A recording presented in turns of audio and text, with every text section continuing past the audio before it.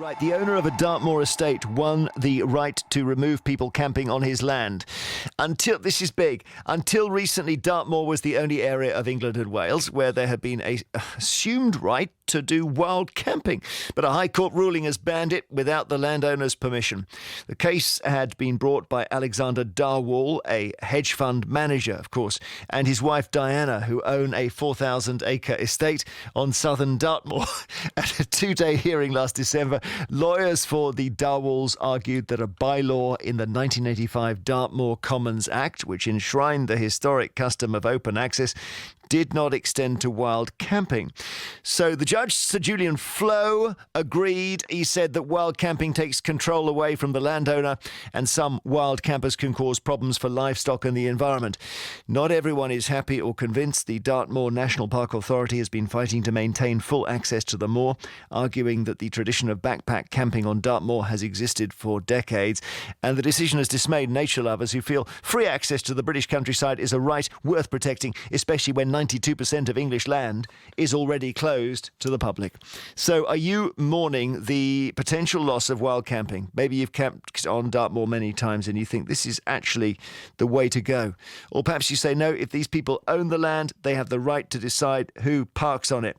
Email vine@bbc.co.uk. Please include your phone number. Let's talk to Kate Warnes, who's a small common landowner on Dartmoor, and Mike Johnson is executive head teacher at Cholmondeley College in Devon, and the school uses Dartmoor for lots of reasons. We'll talk about that in a sec. Kate Warnes, help us. It's a strange one, this. Help us understand why it mattered to the landowners to stop it.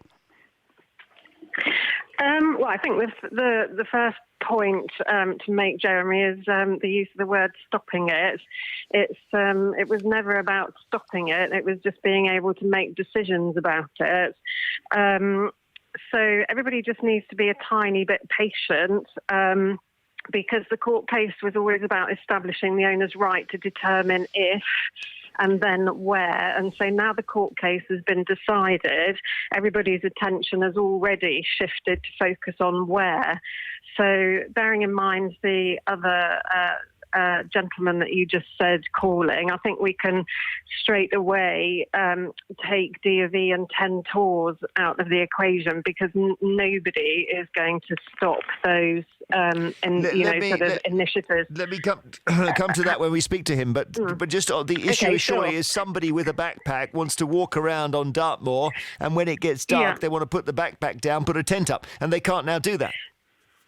So the camping map is currently down, if anybody looks at the park website, but it will go back up. As I said, everybody's attention is already moved towards determining where people will be able to wild camp. So it's not if, it's where.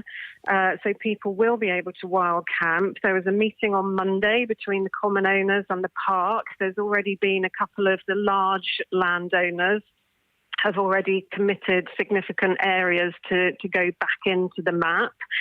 And no one will have to ask permission with those areas, is that right? Well, that's all there's actually a meeting being carried out today between owners and the park, where they're discussing a licensing format, but that licensing format is... No. That will be between the owner and the park, most probably. So it's highly likely that any individual won't have to, sort of get involved in that. Okay, let me just bring in Mike if I can. Mike, that all sounds to what Kate's saying as if it's going to be fine. Your children, your school children will be able to go and walk where they please and camp where they please. No. To be told that there's meetings going on at the moment makes me feel really unhappy, I have to say. One of the landowners has already made the point that you can carry on as long as you do it for one night and with a maximum of 6 people. But we've got 2,400 children who do the 10 tours activity already. We've gone away from having more than 60 years of being able to wild camp and to stop when you are exhausted, or to stop depending on the weather, and to not to plan things so that you depend upon a landlord a landlord's discretion and how they feel about whether or not you'll use the land into a situation where there is no clarity anymore. That's a that's disaster. the thing, Kate, isn't it? That you've said there's a website where you can see where you can camp, and it happens to be down, and that's the classic example, so no one can go anywhere. No. But the thing is, it's got to come down in order that it can go back up with the new, sort of areas. So it's, I think I don't want to sort of focus on the negatives, but I mean, everybody has held up the park as being their champion. But the fact of the matter is, not one single acre out of the thousands owned by Dartmoor National Park was included in their own camping map.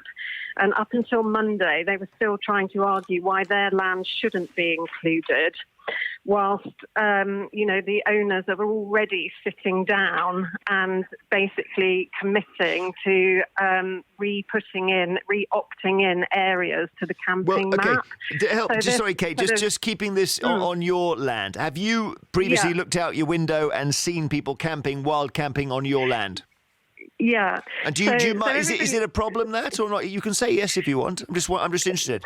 Well, that's what I was just going to say. So the landowner will have the discretion to opt in or opt out, and there are some areas where they will use that discretion to opt in, opt out, albeit maybe temporarily, because it will be reviewed annually.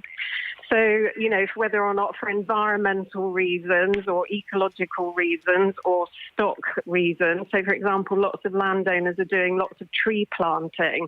So they might decide one year that they want to keep people away from a certain area because of environmental initiatives. Yeah, Mike, what about this? Sorry, Kate, to drop it. We've got to allow Mike to speak. There will be reasons why they don't want a bunch of school pupils descending on their land one particular afternoon, Mike. Yeah, I mean, a couple of points, if possible, Jeremy. The first one is it's all good and well criticising the Dartmoor Park Authority, but from the point of view of a 15-year-old who can no longer do the training on Dartmoor, it's a catastrophe. It's terrible. It's appalling.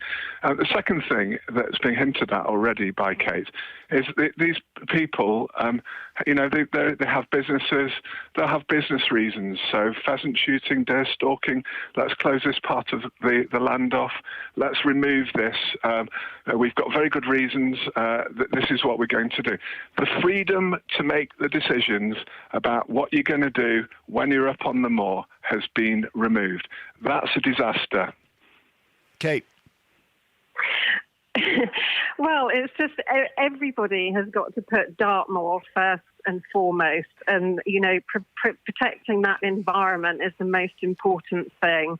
So the ability to be able to opt in and opt land out is very much driven by the umbrella aim of protecting Dartmoor as an environment. Understood. Thank you very much. Go on. Okay.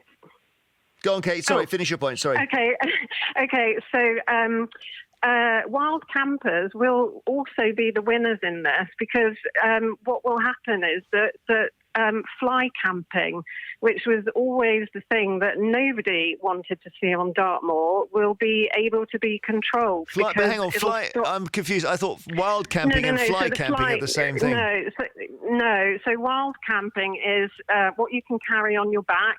That you're going into an area that's sort of away from residential dwellings, away from roads. You're staying for a maximum of a couple of nights with just what you can carry on your back. So fly camping is people rocking up with basically everything that they would normally use on a campsite and pitching on the verge. Understood. Okay, Kate, thank you. Sorry, Kate, we're going to move on. Thank problem. you. Kate Warnes, small common landowner on Dartmoor, and Mike Johnson, executive head teacher at Cholmondeley College in Devon.